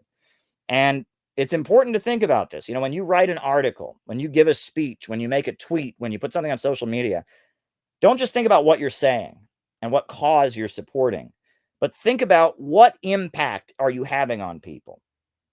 Because at the end of the day, if we're not trying, UBI, right? If we're not trying to get people to wake up, and if the things that we do are not forcing people to awaken, forcing people to ask questions, if we're not doing that, if we're not causing an awakening in our audience and getting them to know about things they didn't know about, we're not doing our jobs. And there's a lot more to this. There are so many details that go into what I'm talking about here. So that concludes my opening remarks. That concludes my opening remarks for today. But we're going to do the roll call, and then we're gonna answer your questions. Okay. So let's do the roll call. Egypt and Ethiopia or dispute solution. So why don't we do the roll call? I'll call you out as I see you, names and locations. I got to look at the screen. And we got Rice from Adelaide, Australia, Micah from Las Vegas, and then we'll start answering questions. Then we'll be done. Bendigo, Australia, David Fox, great friend of the show. Zaire in Denmark, Moppentime in Illinois, Angela in Illinois, Danny in Illinois, Humboldt County, Robert from Hawaii, Tristan in Maryland, Don D in NYC, Bergen County, Christian, Mike Arcata, John Whitty in Houston, JR in Kalamazoo, Ark in Indonesia, St. David's, Bermuda, Ryan in Overstreet in Lexington, Deborah Wilson's on Facebook watching, Che Guevara in New Mexico, Marty in New York City, Bob Troy in New York, Caden from Utah, Northern Michigan, Tim in La Junta, Plains of North Carolina, Pumpkin Cat in Pittsburgh, Tito in Puerto Rico, Lockport, New York, John, Celeste, Sydney, Liam in Zach in New York, Gavin Lockhart in Illinois, Mindanao to Midwest, Olympia Logic, Zach in New York, Zev Hakim is Bright, Glasgow, Scotland, Wisconsin. We got Elias from Wisconsin. We got Jordan in Chicago.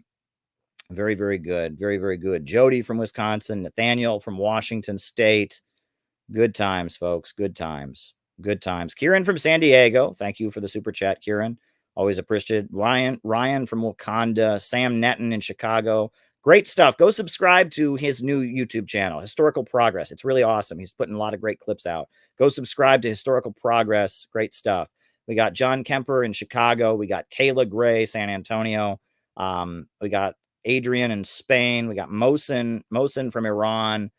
We got Kayla Gray in San Antonio. Long live CPI. Waterbury, Connecticut. Dexter from the Northeast. We got Utah, Incisive. We got London Town, Hangland. We got Randy from Oregon. Good times, folks. Good times. Good times. Beirut, Lebanon. Very, very good. Very, very good. Jenny Lynn from Cincinnati, Ohio. Who else we got here? Anybody else? Anybody else? Rochester, New York. Alexis Anderson. Sam from Missouri. There we go. Dario from Brooklyn is with us. Dario. Good times, folks. Good times. Pittsburgh, Pennsylvania. Castor Allen. Orlando, Florida. Very, very good stuff. Sherry from North Carolina. California represent. Universal Group. Right. Michael from Ithaca, New York. Cleveland Pirate Alex. Very, very good. Very, very good stuff. Very, very good stuff. All right, folks. Yada Yisrael from Chicago. Chile, but originally from the UK. Rochester again. All right, folks, we're going to start answering super chat questions. And forgive me, folks. My allergies are starting to feel them right now for some reason. but that's okay. It's spring. These things happen. Might be drinking a lot of water, I guess. Quinn and Meredith. Oh, very good. They're in Washington State. We got Patrick in Southwest Florida. Patagana from Argentina. Good stuff. Good stuff. Kinky from Joshua Tree. You got to throw your link in. You got to throw your link in. Sam Netton from Chicago. You got to throw your link in so that people can subscribe. We got IO Hillary in New York City, NYC. Shout out to you, IO, good friend of our work here. We got Vegas. We got Arnie Haywood from Vegas.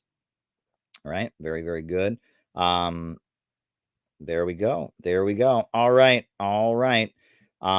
Okay, so now we're going to do the super chat questions. History of how May Day has been observed in the United States. Well, many of you are probably aware that, May Day, May 1st. Oh, and thank you for the super chat.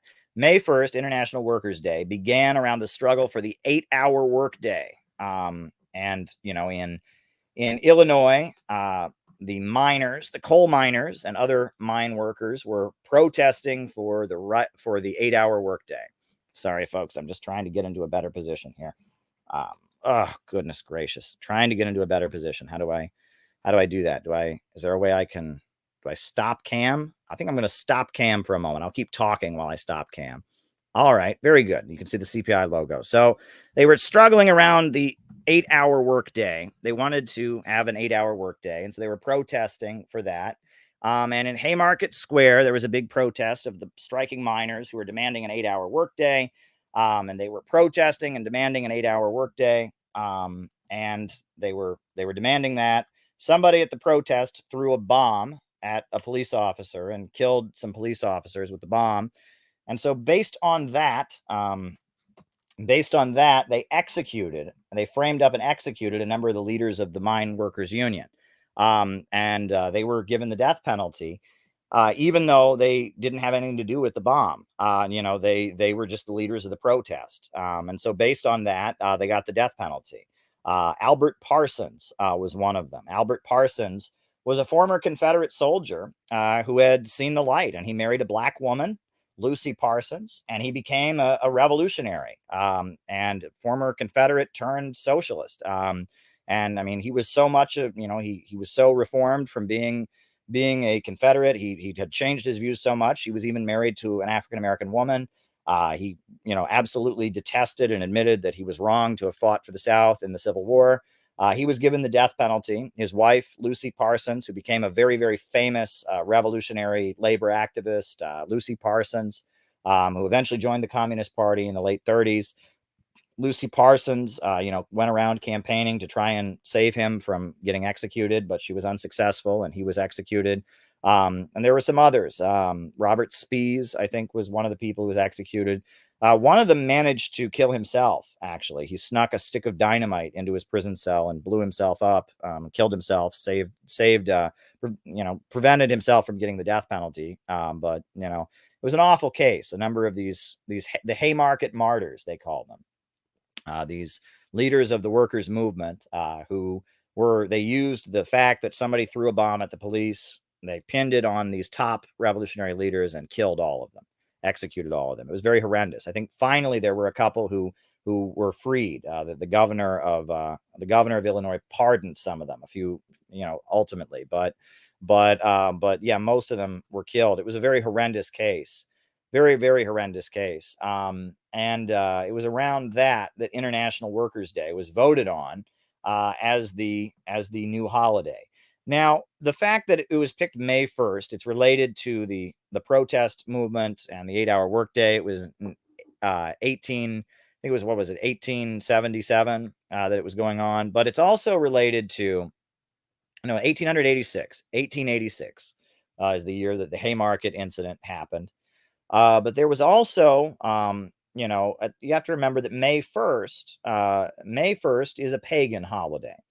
Before Europe was Christianized by the Roman Empire, in Germany and in France and in Britain, many parts of Europe, May 1st was a pagan holiday. May 1st was what was it? I forget which one it was. Was it Beltane? Was it Beltane? Or no, Yuletide was Christmas, was the winter solstice. So I think it was Beltane, but it was one of the pagan holidays. And so, observing May Day was something that a lot of the intellectuals did in Europe as a way to protest. Beltane, I was right.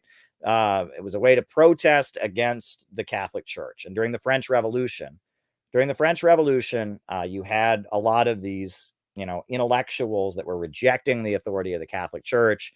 Yet a lot of them would observe May Day as a way of saying that they were against the Catholic Church and they were against, they were against the Catholic order, and they were fighting for science and reason, and they were rejecting the rule of the Catholic Church. So, it was part of the strange, the bourgeois revolution had two sides to it. On the one hand, it was pushing for science and reason, but there was another side of it. You had people like Jean-Jacques Rousseau and others that were talking about noble savages, and there was a lot of interest in paganism and pre-Christian traditions in Europe and the fall of the Roman Empire and stuff like that. And so among the bourgeois revolutionaries, people started observing May Day. One of the traditions of May Day historically is the maypole.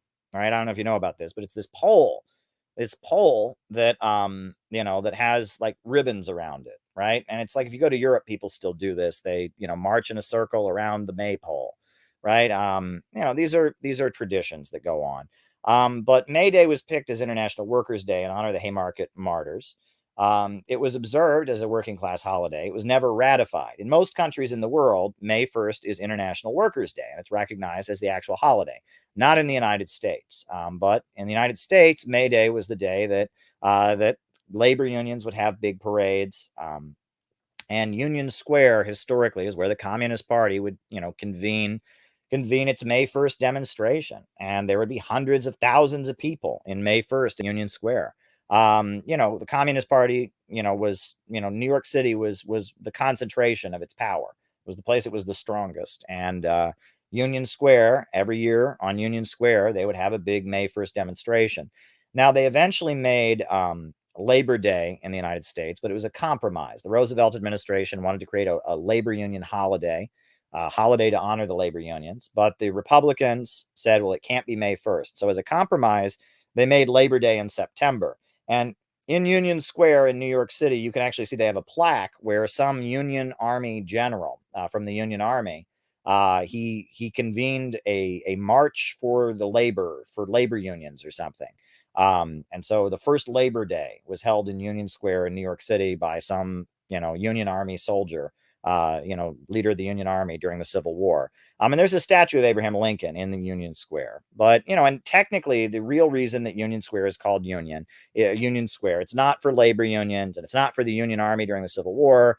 It's actually because it's the place that there's a union between Broadway and this other street. But everyone associates Union Square in New York City with communists, with labor unions and organized labor, and also with this struggle, to defeat slavery, because it was a place that abolitionists were known to have rallies, and the Union Army had parades through there. The first Labor Day, was supposedly convened in Union Square by some general or leader of the Union Army during the Civil War. So Union Square is historically considered to be a very radical place. Even up into like the 70s and 80s, Union Square was known for a lot of soapbox speakers. There'd be people standing on soapboxes preaching socialism. New York City's Union Square has that history. And yeah, in the United States, May 1st celebrations are generally associated with labor unions.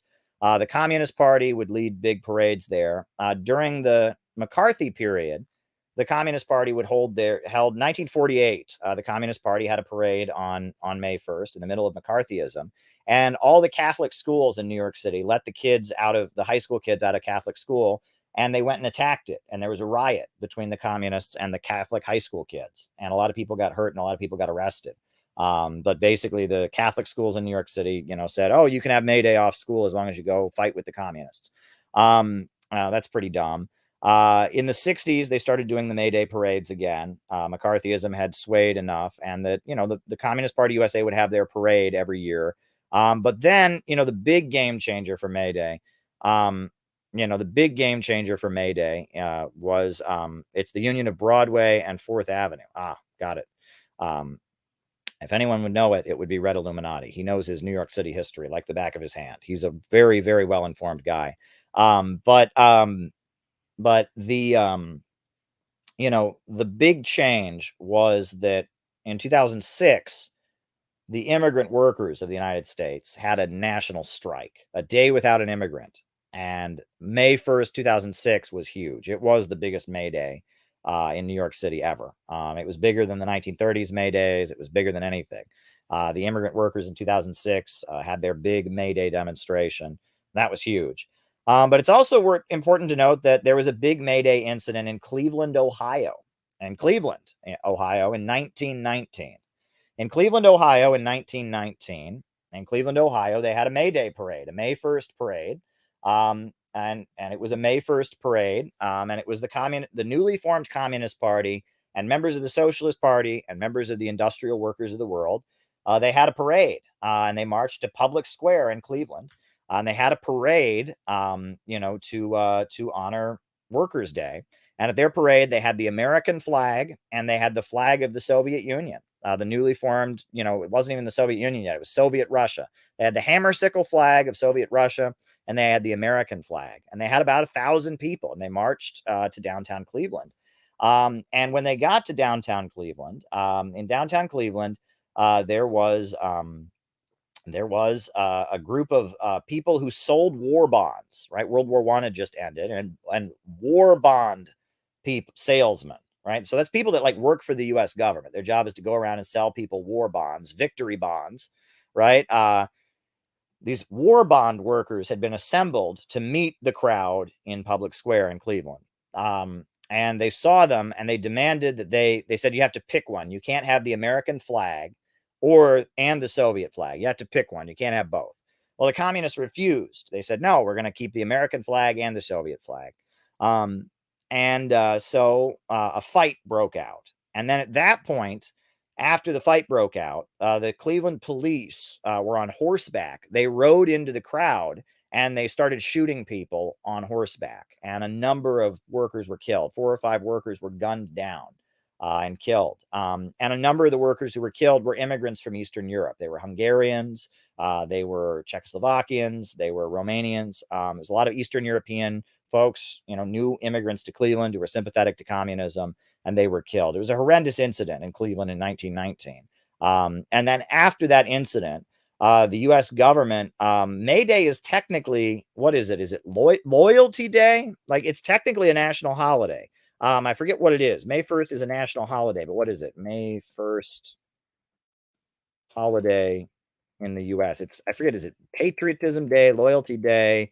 It's not International Workers' Day, I'll tell you that. It's something else. It's like Loyalty Day or Patriotism Day or something like that. It's Law Day, or what is it? May 1st in the United States is something. I forget what it is. They gave it another name. It's something. It's I forget what it is, but Loyalty Day is what it is in the United States. So they made it Loyalty Day. So it's, instead of having May Day for communism, we're going to have Loyalty Day to be loyal. And that was after the rioting in Cleveland, Ohio in 1919, which I think is very, very interesting history. All right, next question. Someone says, poverty is the normal, natural, and original state of human beings. This is the new pro-capitalist argument. Well, that's dumb. That's a dumb argument, because human beings have done nothing but constantly change their material conditions. For the majority of human history, human beings were hunter-gatherers, and they were hunting and gathering. Their life expectancy was less than 30, and they went around hunting and gathering in tribes of 25 people or so. So was that our natural state? No. We had the dawn of agriculture, and then our society changed, and our culture changed, and the level of productive forces went up. And then eventually out of that, we got, slavery and slavery and feudalism eventually emerged. And eventually out of feudalism emerged capitalism. And eventually out of capitalism is going to emerge socialism. And if there's anything that is constant about the human species, is that we're constantly raising ourselves to a higher plane, a higher level of productive forces, a higher mode of production. And that when we reach a higher mode of production, the economic system that we have leads to a new social system. Right. And we have new forms of government and new forms of institutions and new social relations. The family structure changes. During hunter-gatherer civilization, the whole tribe was a family. They didn't keep track of whose kid was whose kid. The whole tribe were just one big family. Well, under slavery and feudalism, you had the family, but in a lot of cases, the man could have as many wives as he wanted, and he had slaves, and they were considered part of his family, and all of that. And now we have and then with capitalism, you had the birth of the nuclear family, monogamy, and all of that. And now we have gay marriage, and that the nature of the family is always changing based on the social conditions, that that the economic base changes, so the superstructure changes, the form of government changes, right? The form of government is constantly changing. So there you go. That's what Marxism says. So this person who says that that poverty is the natural state of being, human beings are constantly driving to a higher plane. They're constantly finding new ways to make the environment serve them. So that person who says that, they don't know what they're talking about. If there was a natural way of being, whenever you start talking about the natural way, this is when you fall into this non-scientific thinking. There's one natural way that it's always been. Bullshit, right? Bullshit. There's not one natural way the family's been. There's not one natural way the government has been. There's not one natural way the economy has worked. There's constant changes. Society is constantly changing, and that human beings are constantly reinventing the way they interact with their environment, reinventing their mode of production with technology, etc. So it's not an accurate thing for that person to say. All right. The IRA and ETA. I don't know what ETA is, but the IRA, the Irish Republican Army, there were multiple incarnations of it. There were the groups that, fought against the British, with James Connolly. There was eventually the Irish Free State that was created, that happened. Then there was, and then there was in the 1960s, you had the Provisional Irish Republican Army, the Provisional IRA. That was in Northern Ireland, people that were fighting to break free for independence from Britain. Bobby Sands and Jerry Adams. And the Provisional IRA signed a peace treaty in 1993, the Good Friday Agreement. And then you've got now you've got some other ultra-leftist groups like the Real IRA, IRA Continuity, that don't really have a mass base, but are engaging in ultra-leftist assassinations and terrorist attacks. Every so often they blow something up or something. They don't have a mass base among the population. I mean, yeah, the IRA, there's different there's different incarnations of it, but it's generally an institution, a military formation associated with the Irish people and their struggle for national liberation, which is the oldest national liberation struggle in history. The Irish have been fighting for their freedom from Britain since like the time of the Roman Empire. So there you go. All right. Very good. All right. What do communists in the global South think of American communists? Well, I've had that conversation many, many times. Communists in the global South do not understand American communists.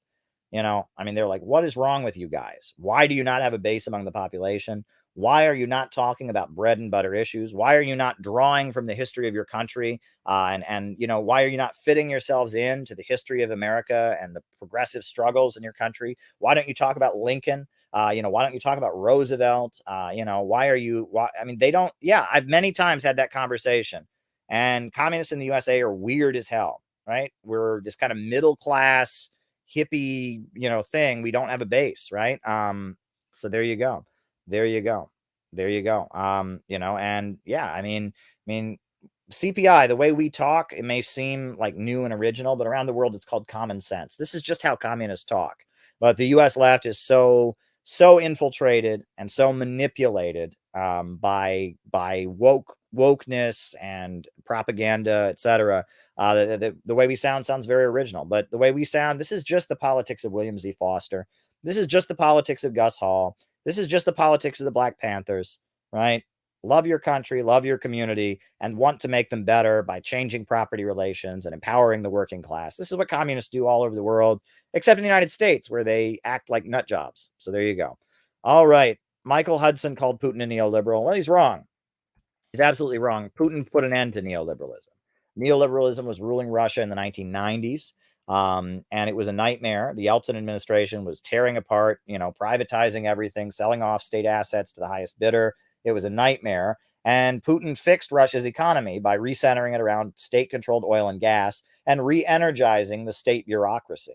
And with the government, he has rebuilt the farming sector. And with the government, he has increased the wages of workers very significantly. He restored their industrial output.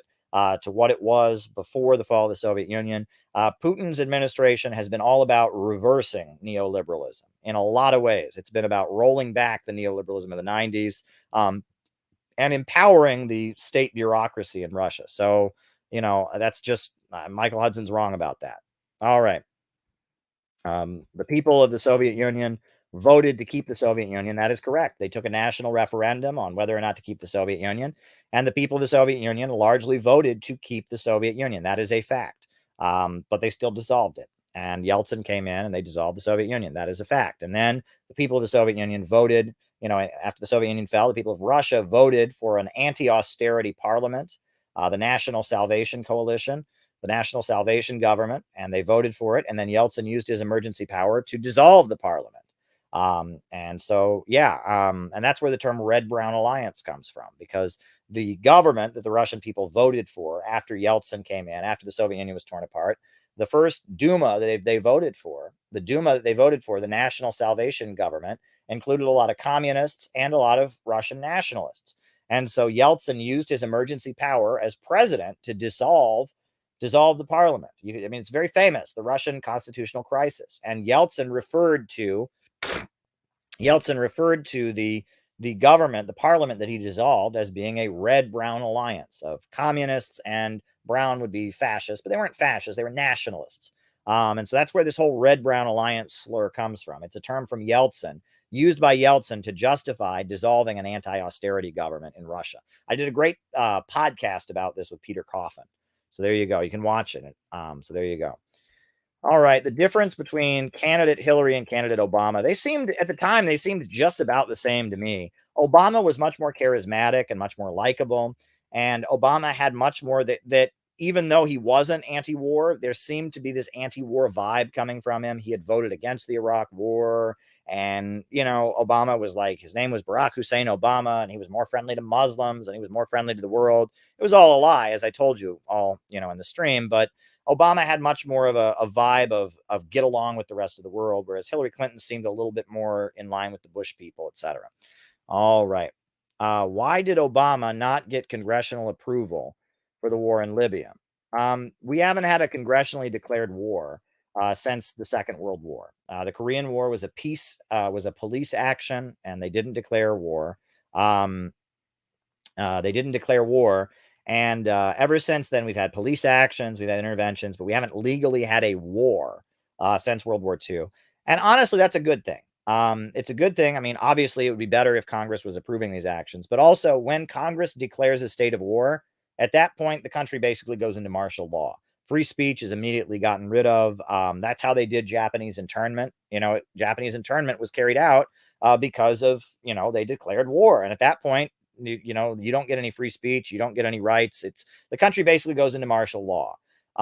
So, I don't want that to happen. All right. Now, as far as congressional authorization, yes, Congress did not vote to give Obama authorization to attack Libya. Right. And that I guess in some cases, the Congress will pass like a resolution giving the president authorization to attack.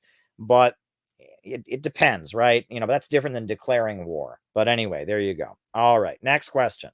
Universal basic income. Well, I've said many times that universal basic income as a concept is not entirely bad, right? The idea that everyone would have a basic income coming in, that would be good for the economy. However, there are some people who support it as a form of austerity, right? That they see it as, okay, instead of having unemployment benefits, instead of having food stamps, instead of having Section 8 to help low-income people with rent, instead of that, we're just going to give everyone an automatic bank transfer, $1,000 a month. Boom. And we can fire all the government employees who handle food stamps, all the government employees who handle,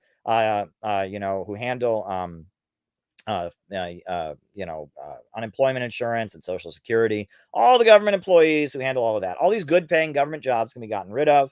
Everyone just gets an automatic bank transfer. And that's austerity. That would pull, millions of dollars out of the economy. You're talking, hundreds of thousands of government workers would lose their jobs, right? And instead of overseeing, the bureaucracy of the welfare state, you'd just have everyone getting an automatic bank transfer. And that's not good. And thank you, Adrian, for the super chat. I do appreciate it. So if you get universal basic income, but you're not getting rid of the other welfare programs, I'm for it. But if universal basic income is a way to abolish all the other welfare programs, that would lead to shrinking the economy so much more. You'd be taking way more out of the economy than you'd be putting into it.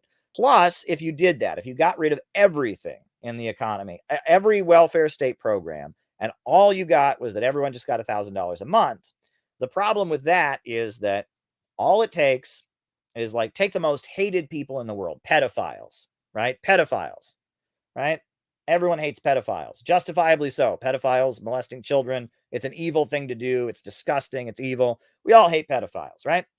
Well, all it takes is a state like Florida or Alabama or Texas to say, why should tax money go to help pedophiles?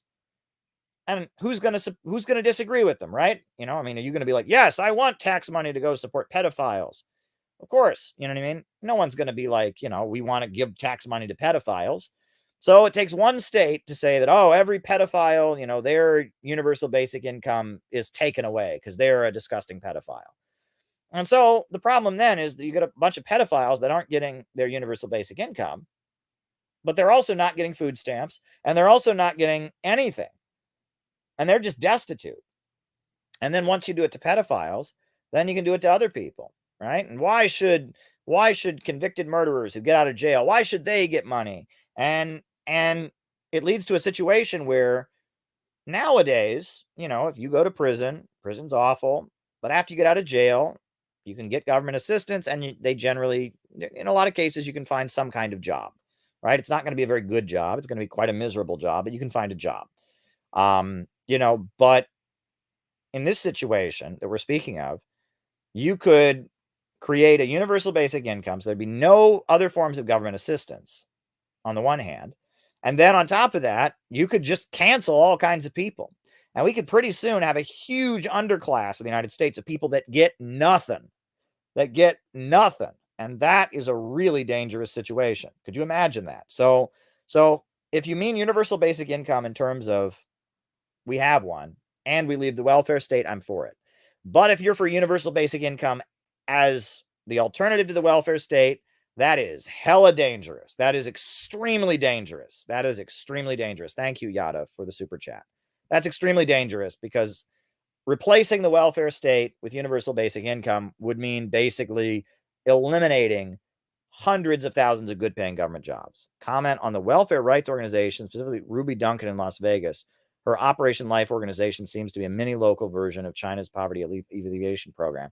Well, I have not studied that in particular, but I do know that the welfare rights organization in Detroit, when I was there that summer in Detroit, the summer Obama was elected, the office that I worked at for the Moratorium Coalition to stop home foreclosures was just across the hall from the Detroit Welfare Rights Union. And those folks were great. They were communists. They were with Nelson Peary's group, the League of Revolutionaries for a New America. They were great folks. And they talked about how basically they were the lawyers of people on welfare. That, you know, if you got government assistance, they would kind of be your lawyer, not legally your lawyer, but they would go and fight with the welfare board if they tried to take it away from you. And it was an organization, the Welfare Rights Union, that fought for the rights of people on welfare. I thought it was pretty neat. And they did great work, and they had a real big base of support in the community. They had a lot of members of people that got food stamps or people that got government assistance. And it was basically you gave them like a small amount of your government assistance.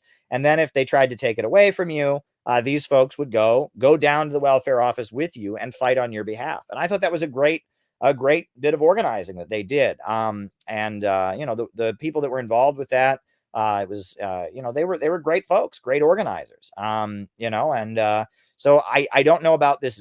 I know that this woman in Vegas talks about how, you know, Jimmy Dore has talked about how she organized, you know, kind of a rainbow coalition of people to fight for welfare rights. But I haven't studied her case in particular. But I do know what the Welfare Rights Union of Detroit would do, and they did amazing work. And that was an amazing summer. It was an amazing summer. I was involved in moments where we, you know, the sheriff was there trying to evict people, and we were protesting and stopping the evictions. I remember there was a woman named Ruby Curl Pinkins, who was, you know, they were trying to evict her from her home. And so hundreds of us came out, and all these people from her church and all these people from her community, and we piled in on the lawn and we had a big demonstration. Stop the eviction of Ruby Curl Pinkins. Stop the eviction of Ruby Curl Pinkins. And it got coverage on the local news, and Bank of America was forced to back down, and they didn't evict her from her home. I was an elderly woman, and it was very exciting to be there. I mean, it was just, we mobilized and we got hundreds of people, hundreds of people to come out and stop that. And that kind of organizing in the community, that is what we need. It's very valuable. And if you do that kind of work, you're going to realize that you have to be able to work with people who disagree with you. You have to be able to work with people who disagree with you. You have to be able to work with people who don't see eye to eye with you on one issue or another, right? If you're going to do that kind of work. And we need that kind of work going on in communities all across the country. And Detroit, because of the new communist movement in the 1970s, because of Ken Cockrell, the revolutionary communist lawyer, and because of the new communist movement and the Dodge Revolutionary Union movement, there is this kind of layer of people. There's a city councilwoman named Joanne Watson, who's comes out of the new communist movement, and there are others. That there's a layer of people that will engage in those kind of community struggles. But we need that everywhere, right? And this is what communists are known for: community power, rejecting moratoriums, etc. So they're rejecting evictions. Someone's asking me about Egypt and the Ethiopia water dispute. Well, the Center for Political Innovation, we generally put forward policy solutions for the United States. In terms of foreign policy, we want there to be peace in the world. We don't want African countries to be fighting with each other. We want economic development in Africa. We want, opportunities for people to have jobs and healthcare and education. We like what China is doing, raising people up from poverty. So I guess, but as far as that specific dispute, I don't know if we should comment specifically on a water dispute between two African countries. I don't know if that would be a good thing. So there you go. All right, folks, I think we're done. May Day tomorrow. If you're on one of our Patreon people, we're having a patrons only stream tomorrow. So to start out the new month, tomorrow evening, we'll have a patrons only stream. So sign up on Patreon if you want to be part of it. There you go. Also, as you all know, I am banned from PayPal. I am officially banned from PayPal. I'm banned. So if you want to send me a contribution, you can just send me a contribution via Zelle. I'll just put it in there. My Zelle information. You can just Zelle me a contribution. And if you want to send me a donation, since you can't do it on PayPal anymore, you can send it over Zelle, and that'll support the work of the Center for Political Innovation. So that's my Zelle information, calebmaupin@gmail.com, if you want to help us out. I'm banned from PayPal. I'm banned from PayPal, but I will continue. We will continue to struggle. New upsurge in the struggle against U.S. imperialism is now emerging throughout the world. Ever since World War II, U.S. imperialism and its followers have been continuously launching wars of aggression. But the people of various countries have been continuously waging revolutionary wars to defeat their aggression. And while the danger of a new world war still exists, and the people of all countries must get prepared, revolution is the main trend in the world today.